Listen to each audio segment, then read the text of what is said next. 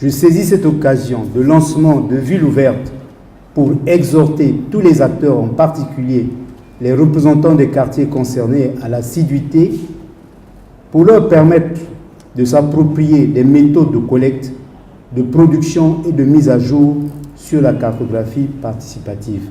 La thématique du projet, c'est la résilience des villes face au changement climatique. Et lorsqu'on parle de la résilience, c'est la capacité que les villes ont pour s'adapter au changement climatique. Et comme nous savons que le changement climatique a de nombreuses conséquences sur le milieu où vivent les hommes, donc dans l'environnement, on voulait en fait savoir est-ce que ces villes sont en mesure de s'adapter au climat.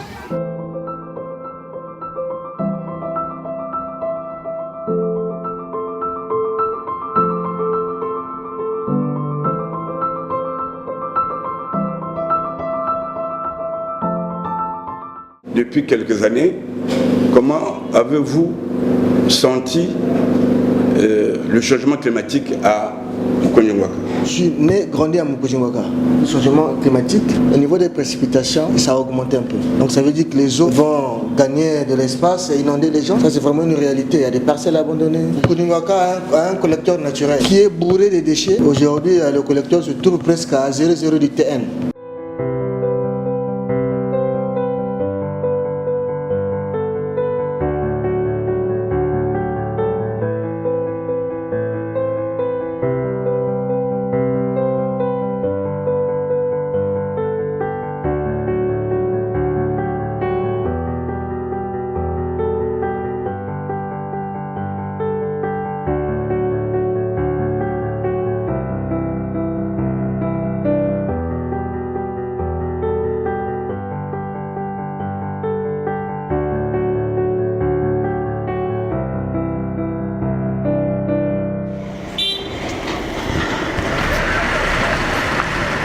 Nous sommes à Mukonyingwaka. Je suis dans ce quartier, ça fait longtemps. Et donc, je n'ai même pas de commentaires à faire. D'abord, vous voyez ce qui se passe. Naturellement, quand il pleut, je suis à côté là. Et donc, quand j'arrive ici, je suis obligé d'atteindre le fond de l'avenue Théophile Mbemba pour remonter chez moi. Donc, ce n'est pas facile. Les effets du changement climatique, pour moi, quand il pleut, à la fin, s'il y a inondation, chacun prend sa cuvette pour évacuer l'eau. Encore nous qui sommes un peu vers ici, ça semble marcher. Mais le bas-fond là-bas, c'est compliqué. Parce que toutes les eaux vont échouer là. On ne peut pas bitumer vraiment toutes les rues du quartier. Mais au moins, orienter les eaux de pluie surtout. Et ça pourra nous soulager.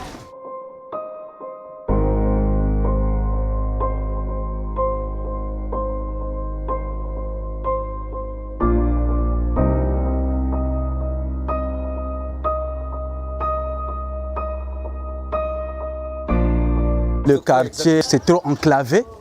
C'est pour cela qu'on est en train de rembler pour que ça soit propre. Vraiment, c'est la catastrophe. Dans les parcelles, quand il pleut, il y a de l'eau. Nous sentons les effets du changement climatique. Donc, on veut l'aide pour que tout le monde soit satisfait.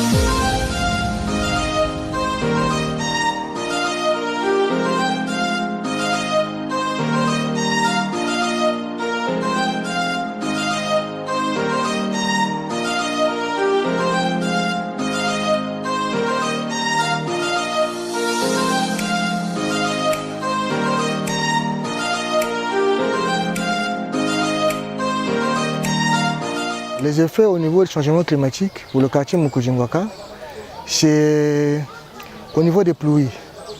Depuis les années 2000-2001, la situation au niveau de la pluviométrie a augmenté. Avant, il pleuvait 2-3 heures, mais des fois ici, actuellement, il pleut toute une demi-journée. Avant, il y avait ce facteur d'inondation, mais à des points, pas jusqu'à aujourd'hui. Avant, ces deux rivières que vous voyez avaient une très grande section qui pouvait contenir les eaux sans problème. Mais de nos jours, avec l'augmentation de la population et aussi la situation des déchets au niveau des collecteurs, ces deux rivières sont saturées de déchets et le non-respect des limites cadastrales au niveau des parcelles. La rivière qui était à 6 mètres se retrouve à 2 ou 1,50 m. Donc du coup, la section hydraulique diminue et quand il y a une grande pluie, la population est exposée aux inondations.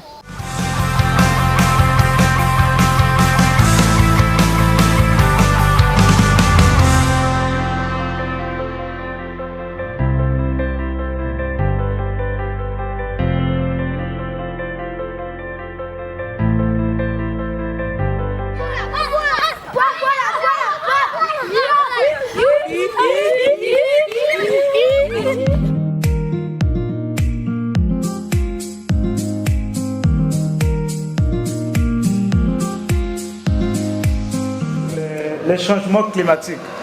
On aimerait savoir qu'avez-vous constaté par exemple sur les précipitations. Est-ce que la tendance est vers la diminution ou bien l'augmentation ou bien il n'y a pas de changement dans la zone? Lorsqu'il pleut, on constate des inondations, l'ensablement, c'est des choses qu'on n'a jamais vécues avant. Voilà un peu le constat fait. Est-ce que les autres, vous êtes d'accord avec ce constat? Oui. Quand il pleut, même une petite pluie, vous sentez dans les quartiers, ça vraiment, ça perturbe calmement la population. Le ruissellement n'est plus le même. Voilà. À partir des années 2010, 2011 et jusqu'à aujourd'hui. De suite.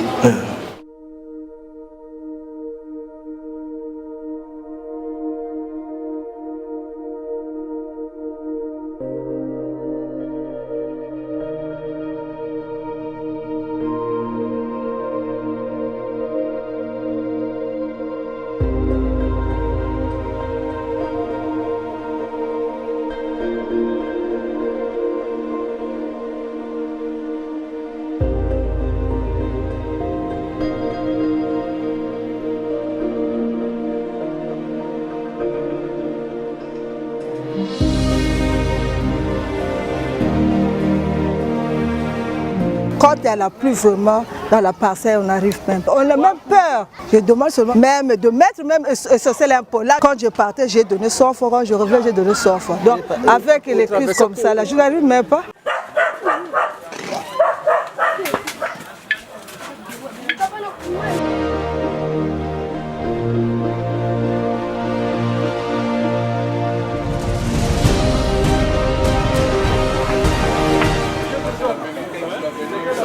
Le roi, il revient de la...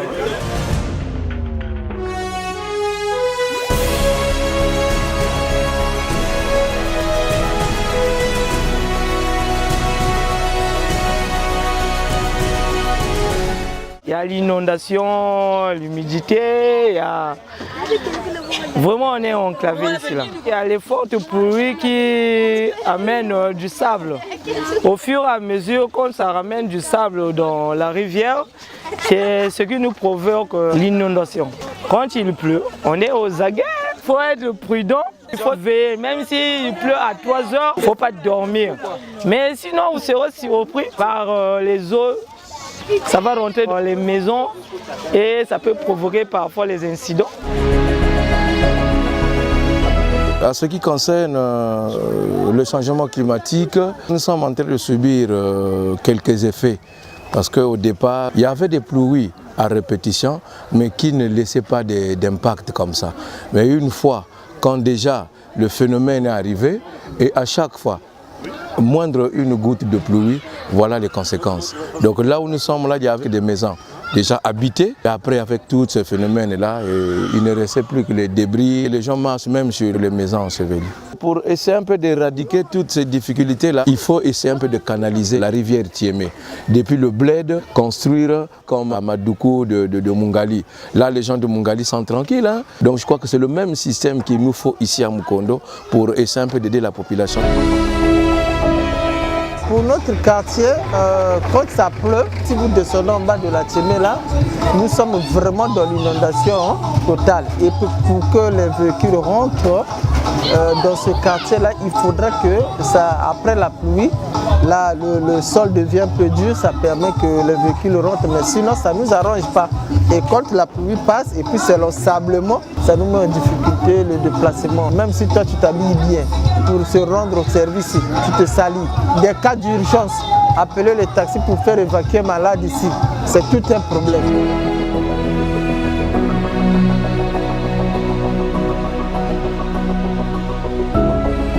On était obligé en fait, d'entreprendre des études en commençant par les marches exploratoires.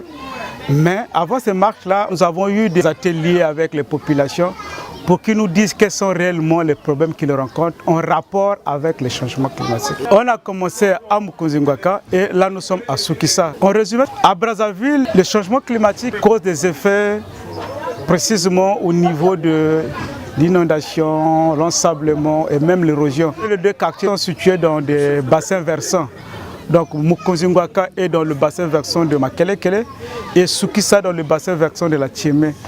Et étant donné que ces cours d'eau-là ne sont pas curés, et c'est devenu comme de lieux aussi de dépotoir, de lieux de décharge des ordures ménagères, à un certain moment, le cours d'eau n'a plus cette capacité de contenir les eaux qui sont déversées.